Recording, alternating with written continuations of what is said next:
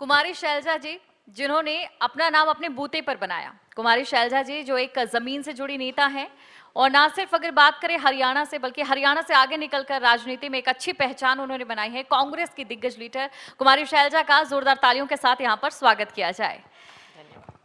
तो मैम, सवालों का मजा और भी ज्यादा दोगुना तब हो जाता है जब सामने वाला जवाब कुछ इस तरीके से दे कि मजा आ जाए। और ठीक है, ऐसी ही आपकी शख्सियत है, ना आप किसी से डरती हैं और बिल्कुल बेबाक नेता के तौर पर अपनी बात रखती हैं। तो सबसे पहले तो मैम, मैं 2024 के लिए मौजूदा सरकार जो लगातार ये दावे कर रही है कि विकास हो रहा है, इसको लेकर आपके विचार जानना चाहूंगी। विचार केवल शैलजा का नहीं हो सकता, ये विचार पूरे हरियाणा का है। और जो लोग सब देख रहे हैं, समझ रहे हैं, उन सब का एक ही विचार है कि सरकार को 2 बार मौका मिला। पहली बार बहुमत मिला, दूसरी बार बिना बहुमत के भी मौका मिला, सरकार बनी।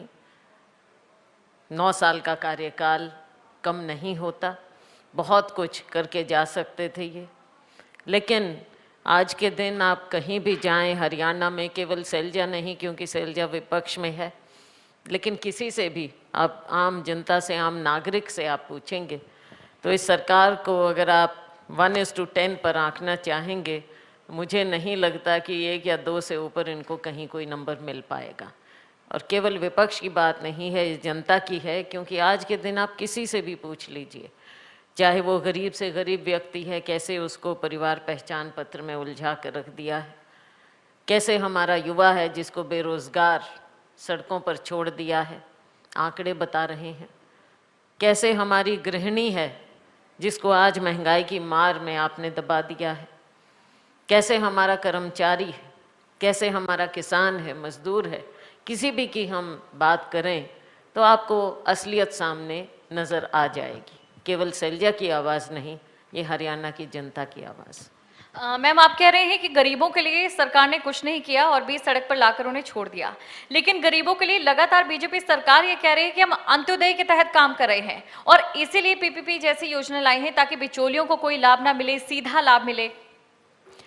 बिल्कुल, लेकिन क्या कारण है कि ये जो इन्होंने अपनी तरफ से जो कह रहे हैं कि इसमें ज़्यादा सहूलियत ढंग से दे पाएंगे, लेकिन जो ज़रूरतमंद हैं वो तो कट गए हैं। पेंशन मिल नहीं रही है। कैसे इतने लाख लोगों, इतने आपने काट दिए हैं नाम जिनको पेंशन मिलनी थी, उनको मिल नहीं रही। और अगर पीपीपी की भी बात करें हम, इसमें भी आप मुझे बता दीजिए कि कैसे, अगर किसी का गलत आंकड़ा वहाँ पर बैठे होते हैं, जिस भी एजेंसी को आपने दिया हुआ है सारे डेटा फीड करने को, अगर किसी का गलत फीड किया गया है और तकरीबन हो रहा है, इनकम कुछ दिखा देते हैं, होता है कुछ, उसको ठीक कैसे कर पाएंगे? कुछ ठीक होता नहीं है, आपके पोर्टल वो हमेशा ख़त्म हो जाते हैं, गिर जाते हैं, कार्य हो नहीं रहा। और आप एक चीज़ को अगर बार बार कहते रहें, दिखाते रहें और ये कहें कि ये सच है, तो ये तो जनता को मालूम है कि सच है कि नहीं है। आप वहाँ जाकर पूछेंगे तो पता चल जाएगा, आप किसी भी दफ्तर में जाकर देख लीजिए। अच्छा, आप लोग बार बार ये कहते हैं कि बीजेपी की सरकार पोर्टल की सरकार है, लेकिन डिजिटलाइजेशन तो इस समय वक्त की मांग है। बिल्कुल, इससे हम कभी पीछे नहीं हटते और ये शुरुआत हमने की थी। बिल्कुल, कांग्रेस पार्टी ने ही इस बात की शुरुआत की थी। और बल्कि याद दिलाना चाहूँगी कि जब कंप्यूटर्स आए इस देश में और राजीव जी हमारे प्रधानमंत्री थे और उन्होंने सपना देखा था हमारे नौजवान के लिए, उसके उज्जवल भविष्य के लिए, और कंप्यूटर युग में कदम रखा था हमने, तब यही लोग थे जो कहते थे कि कंप्यूटर आ जाएंगे तो हमारे रोज़गार ख़त्म हो जाएंगे, देश ख़त्म हो जाएगा, हमारे जैसे देश में कंप्यूटर नहीं चल सकते। और हमने शुरुआत की एक कि गवर्नेंस अच्छे ढंग से हो, आम नागरिक को सहूलियत मिले। लेकिन जिस प्रकार से इस सरकार ने किया है, बिना सोचे समझे, हम इस बात को गलत नहीं कह रहे, डिजिटाइजेशन होना चाहिए, सब चीज़ें ठीक से होनी चाहिए। लेकिन आप मुझे बता दीजिए कि आप अगर एक रजिस्ट्री करने जाएंगे तो कितनी बार उनका सर्वर डाउन मिलेगा आपको। मैं तो खुद भुगतभोगी हूँ, मैंने खुद देखा कितनी बार इस चीज़ को। आप दफ्तर में जाते रहिए और कभी आपको वहाँ पर 3-4 बार तारीख पर तारीख मिलती जाएगी, और जो सहूलियत मिलनी चाहिए थी लोगों को, क्या वो आप पहुँचा पाए हैं? उस बात का जवाब दें। नेता प्रतिपक्ष जो ये कहते हैं अगर हमारी सरकार आई तो हम पोर्टल बंद करवा देंगे। देखिए, पोर्टल तो बंद नहीं, लेकिन एफिशिएंसी लाने की ज़रूरत है, सही लोगों को सही ढंग से लाना चाहिए। इन्होंने क्या किया है कि हर जगह जैसे प्राइवेटाइजेशन कर दिया है, मोनोपोली कर दी हैं, तो उसमें एफिशिएंसी नहीं आ सकती, एफिशिएंसी ये नहीं ला पा रहे हैं। हर चीज़ को सेंट्रलाइज कर दिया है इस सरकार ने, तभी आप देख रहे हैं कि कोई भी कार्य इनका ठीक से नहीं चल पा रहा है। फिर मैं कहती हूँ, ये शैलजा नहीं कह रही, ये आम नागरिक कह रहा है। क्योंकि आप एक ऐसे शख्सियत हैं कि अगर आपसे देश से जो देश की राजनीति है उससे जुड़ा सवाल ना पूछा जाए तो कहीं ना कहीं ये गुस्ताखी होगी। अब ऐसे में जहां रोजगार को लेकर आप बात कर रही हैं, देश में 1.5 करोड़ जो युवा हैं वो वर्क फोर्स में शामिल हुए हैं। स्टार्टअप योजना जो बीजेपी की ओर से शुरू की गई, 4,000 से ज्यादा स्टार्टअप हरियाणा में लगे, उसका फायदा स्वरोजगार के तौर पर हरियाणा वासियों को मिल रहा है। फिर भी आपको कहीं ना कहीं बेरोजगारी की वजह से जो बीजेपी है वो कहीं पीछे है? आप मुझे ये बता देंगे कि जितने स्टार्टअप हुए उनमें से कितने आज के दिन सक्सेसफुल हैं, आगे बढ़ गए हैं, कितनों को उन्होंने रोज़गार दिया है? क्या कारण है कि CMI की रिपोर्ट हमेशा हरियाणा को ऊपर के दर्जे पर दिखाती है, नंबर 1 हरियाणा बन जाता है बेरोज़गारी में, और फिर जहाँ इनको पसंद नहीं आया, अपने देश की बात की, यूपी में इनको पसंद आता है तो ये कहते हैं कि CMI की रिपोर्ट बिल्कुल सही है। हरियाणा में इनको पसंद नहीं आता है तो कहते हैं CMI की रिपोर्ट को हम मानते ही नहीं हैं। तो क्या हमारे हरियाणा के सारे बच्चों को, लड़के लड़कियों को ये पकौड़े तलना सिखाना चाहते हैं? इस समय जिस तरीके से अगर आंकड़ों की ही बात करें तो आंकड़ों में ये साफ है कि अगर बात सरकारी रोजगार को लेकर करें या फिर बाकी जो कंपनियों के रोजगार है उनको लेकर करें तो शायद इतनी ज्यादा नौकरियां इस समय हमारे देश में नहीं है। स्वरोजगार के प्रति लोगों को जागरूक करना और स्वरोजगार के प्रति लोगों में रोजगार को लेकर दूसरों को रोजगार के लिए प्रेरित करना इस समय की जरूरत भी नजर आ रहा है। तो इसमें क्या कमी? देखिए, कमी की बात नहीं है। आप ये बता दीजिए कि जितने हमारी वैकेंसीज पड़ी हैं, क्या उनको आप भर रहे हैं? उसमें हमारा बैकलॉग है, गरीब तबके का, SC का, BC का बैकलॉग है, उसको आप भर रहे हैं? क्या उनको आपने फ्रीज नहीं कर दिया है? क्या उन नौकरियों को आपने ख़त्म नहीं कर दिया है? इन बातों का भी तो जवाब दें। पहले ये नौकरियां क्यों नहीं भर रहे? शिक्षा है, शिक्षा के क्षेत्र में क्या नौकरियां भरना ज़रूरी नहीं है? अच्छे शिक्षक आपको नहीं चाहिए? क्या आपको पुलिस फोर्स में नहीं चाहिए? हर जगह आपकी नौकरियां खाली पड़ी हैं, आप उनको भर नहीं रहे हैं। स्वरोजगार की बात कर रहे हैं, उससे हम पीछे नहीं हटते, बिल्कुल होना चाहिए, प्रॉपर ट्रेनिंग होनी चाहिए, ढंग की शिक्षा होनी चाहिए। क्या आप उस ओर ध्यान दे रहे हैं? केवल ये कह दिया कि इतने स्टार्टअप हुए हैं, आप बताइए कितने रोज़गार मिले हैं, कितने अभी तक चल रहे हैं, कितने सफल हुए हैं? क्या कारण है कि हमारे यहाँ से आज के दिन नौजवान पलायन कर रहा है, विदेशों में भाग रहा है? कुछ ना कुछ कारण तो होगा, आप उस पर जवाब दीजिए, उस पर आंकड़े लेकर आइए, आप तो पता चलेगा। बिल्कुल, हालांकि सरकार की ओर से जो आंकड़ा दिया गया है वो स्टार्टअप योजनाओं के जरिए 13,000 लोगों को रोजगार मिला हरियाणा में, इसका है, लेकिन इस पर भी हम बाद में बात करेंगे। इसके साथ में एक और सवाल आपसे ये जानना चाहूंगी ओल्ड पेंशन स्कीम को लेकर। मैम, ओल्ड पेंशन स्कीम के सहारे हिमाचल में कांग्रेस की जय जय होगी, कांग्रेस जीत जाती है वहां पर, और लेकिन बात अगर हरियाणा में करें, आप लोग खुद कहते हैं कि हरियाणा में कर्जा है, तो ओल्ड पेंशन स्कीम लागू करने से आर्थिक अत्यधिक जो बोझ है बजट पर या हरियाणा की आय पर, उस पर फर्क नहीं पड़ेगा? देखिए, पूरी अर्थव्यवस्था हरियाणा की इन्होंने खराब करके रख दी है। हमारा अन्नदाता क्यों सड़क पर आने को मजबूर हो गया है? शुरुआत वहाँ से होती है। जो हमारा एग्रीकल्चरल लेबर है, जो सबसे गरीब लोग हैं, आप उनको हमारे हरियाणा की अर्थव्यवस्था में अपना हिस्सा क्यों नहीं दे रहे? वहाँ से शुरुआत होगी। जब हमारी अर्थव्यवस्था ठीक होगी, ये बातें अपने आप ठीक होती चली जाएंगी, सरकार की आय भी बढ़ेगी, और आप उसको लोगों की भलाई के लिए लगा सकते हैं। कि बहुत सी बातें होते हैं, केवल आप सरकारी दफ्तर में बैठकर घोषणाएं करके हरियाणा को आगे नहीं ले जा सकते। क्या कारण है कि आज हम कर्जे में इतना डूब गए हैं, और इतनी जल्दी 3 लाख करोड़ रुपए का कर्जा आप पार कर चुके हैं? और आपके इस कार्यकाल में 48 साल में, तो जब से हरियाणा बना और 14 तक, तब तक तो बिल्कुल ही कम, 70,000 करोड़ के करीब हमारा कर्जा था। आज 3 लाख करोड़ क्रॉस कर चुके हैं हम। क्या कारण है? ये आपकी मिसमैनेजमेंट नहीं है तो क्या है? केवल मीडिया को एड्रेस करने से, रोज़ दफ्तरों में मीटिंगें करने से बात नहीं बनेगी। ज़मीन पर उतर कर देखें तो पता चलेगा कि हरियाणा वासियों की, गरीब आदमी की, किसान की, मजदूर की क्या दुर्गति हो रही है।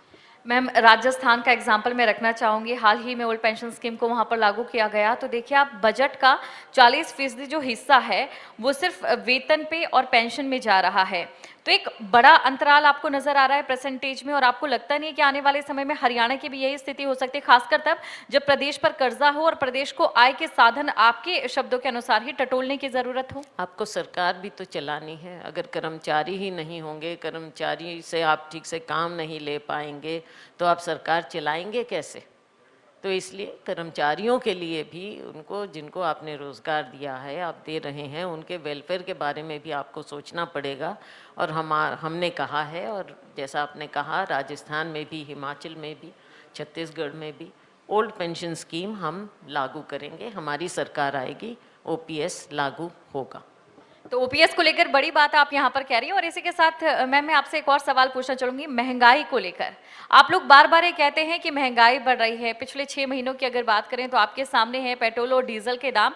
जब रूस और यूक्रेन के युद्ध के चलते अगर पूरे दुनिया में देखा जाए तो पूरी दुनिया में कई देशों में बहुत ज्यादा हाइक पर पहुंच गए थे, लेकिन भारत में ये जो दाम थे वो थोड़े बहुत उनमें बदलाव हुआ और कहीं ना कहीं स्थिर बने रहे। मैडम, आपको याद दिलाना चाहूँगी मैं कि 2009 के आसपास भी बहुत बड़ा क्राइसिस आया था ऑयल इंडस्ट्री का, इंटरनेशनली $120 प्रति बैरल, लेकिन हमने कीमत स्थिर रखी, बल्कि कम रखी, ताकि आम उपभोक्ता को दिक्कत ना आए, महंगाई ना बढ़े देश में। क्योंकि दिस इज़ द ड्राइवर। अगर पेट्रोल की कीमत बढ़ जाती है तो महंगाई का एक जो डोमिनो इफेक्ट होता है, हर चीज़ की महंगाई बढ़ जाती है, हर उपभोक्ता को, गृहिणी को सबसे ज़्यादा दिक्कत आती है। लेकिन हमने बचा कर रखा। हमने फूड सिक्योरिटी बिल हम लेकर आए, पेट्रोल की कीमत को हमने स्थिर रखा, कम रखा। हमने सिलेंडर की कीमत को कम रखा। कहाँ 400 450 रुपया था उस समय, हमारे समय में, क्योंकि हमने गृहिणी को बचा कर रखा था। आज क्या कारण है कि आपने 1100 पार कर दिया है? तो ये चीज़ें हैं, ये सरकार की मिसमैनेजमेंट और गलत पॉलिसीज़ का नतीजा है। आज यूक्रेन और रशिया की बात करते हैं, रशिया से आप ऑयल ले रहे हैं, तो इन चीज़ों को आप सामने पर्दा मत डालिए असलियत से। बात यह है कि आपकी कंपनियां कमा रही हैं, और आपने ये इतना पैसा कहाँ गया, क्या हुआ, चाहे नोटबंदी थी, पैसा कहाँ गया। आप ये समझते हैं कि हमारे देश की जनता, जो कि एक लोकतंत्र है, क्या उनको जानने का अधिकार नहीं है कि यह सरकार ये पैसा कहाँ इकट्ठा कर रही है और कहाँ जा रहा है? आप हर चीज़ पर पर्दा डालते हैं और फिर कहते हैं कि हम तो वाहवाही हम लूट रहे हैं, विश्व गुरु भारत बन गया है। भारत देश आगे बढ़ रहा था। ये कांग्रेस पार्टी की, यूपीए की पॉलिसीज़ के कारण देश आगे बढ़ रहा था। और मैं आपको याद दिलाना चाहूँगी, यूपीए 1 और 2 के समय में, ऐसे समय में हर जगह पैसा गया था। हर नागरिक को लगता था कि उसका हिस्सा है प्रगति में। हर गांव में पैसा जा रहा था, शहरों में पैसा जा रहा था। हमने शहरों में JNURM शुरू किया। आज कहाँ गई आपकी स्मार्ट सिटी? कौन सी स्मार्ट सिटी है? आप हरियाणा में एक शहर पर उंगली लगाकर बता दीजिए कि वो स्मार्ट सिटी बन गई है, और वहाँ पर आप जाकर देख लीजिए कि क्या बदहाली। एक आखिरी सवाल आपसे जानना चाहूंगी मैम, 2024 में विधानसभा चुनाव बिल्कुल नजदीक है। तैयारी में बीजेपी भी जुटी है, कांग्रेस, आम आदमी पार्टी, इनेलो सब जुटे हैं, लेकिन आपको क्या लगता है कांग्रेस 2024 में कैसा प्रदर्शन करेगी? कांग्रेस सरकार बनाएगी, इसमें कोई दो राय नहीं है, क्योंकि कांग्रेस पर, हमारे ऊपर हरियाणा की जनता का विश्वास है। उन्हें मालूम है कि कांग्रेस जो कहती है वो करके दिखाती है। और हमारी नेशनल पार्टी है, नेशनल पार्टी में हमारे ऊपर से नीचे तक एक सिस्टम है कांग्रेस पार्टी का, और इस सिस्टम के तहत हम चलते हैं। किसी की अपने पसंद नापसंद से नहीं, विम्स एंड फैंसीज से हमारी पार्टी नहीं, ना कर सकती, ना करती है। हमारा एक सिस्टम, प्रिंसिपल्स हैं, उसके मुताबिक हम चलाते हैं। ये जनता जानती है कि नेशनल पार्टी को कैसे चलना चाहिए। ये अलग बात है कि आज के दिन जो रूलिंग पार्टी है, बेशक कोalition पार्टी सरकार है, लेकिन जो मेन रूलिंग पार्टी हो, नेशनल पार्टी होते हुए भी कुछ कार्य करके नहीं दिखा पा रही। डबल इंजन, कितने इंजन, ये तो हमें मालूम नहीं, लेकिन हरियाणा को ये लगता नहीं है कि हरियाणा में केंद्र सरकार का कुछ हिस्सा मिल रहा हो। कोई प्रोजेक्ट, कुछ काम नहीं, सब कुछ रुका पड़ा है, केवल दिखावा ही दिखावा है और हरियाणा की जनता अपने आप को ठगा हुआ महसूस कर रही है। बिल्कुल, बहुत बहुत शुक्रिया मैम हमारे साथ इस चर्चा में हमारा साथ देने के लिए और तमाम मुद्दों पर बात करने के लिए आपका शुक्रिया। धन्यवाद, बहुत बहुत धन्यवाद। बहुत बहुत शुक्रिया शैलजा जी आपका।